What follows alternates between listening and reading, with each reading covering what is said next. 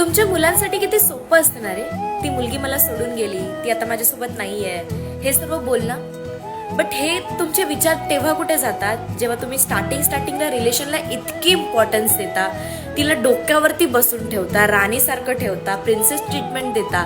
त्याच्यानंतर तिला जे हवं ते तुम्ही, तिला जसं पाहिजे तसं तुम्ही बनता.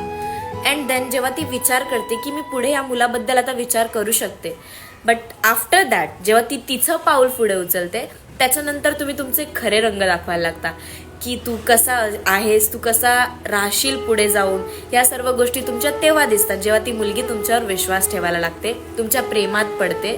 आणि ॲट दी एंड तिला काय भेटतं? धोका, डिसरिस्पेक्ट, दुःख, हर्ट, फक्त ह्याच गोष्टी भेटतात. बट तुम्ही नेहमी कोसता ते फक्त मुलीला.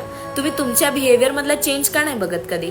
जर तुम्ही आधीपासूनच तिला तशीच ट्रीटमेंट दिली असती तर तिने हे एक्सपेक्टच नाही केलं असतं की आज पण तू तिच्याशी तसाच वागशील. जर तुला तसं वागायचंच नव्हतं तर तू आधी का तिला ते स्वप्न दाखवले? का दाखवले? मुलगी आहे मुलगी, एखादा सोफा नाहीये जो साईडला ठेवलेला आहे, पाहिजे तेव्हा यूज करणार.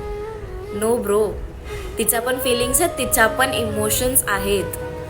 जर स्टार्टिंगला एवढे एफर्ट्स टाकताना तर पुढे पण ते दिसू दे की त्या मुलीला वाटो की यार मी कुठेतरी बरोबर डिसिजन घेतलंय या रिलेशनमध्ये येण्यासाठी.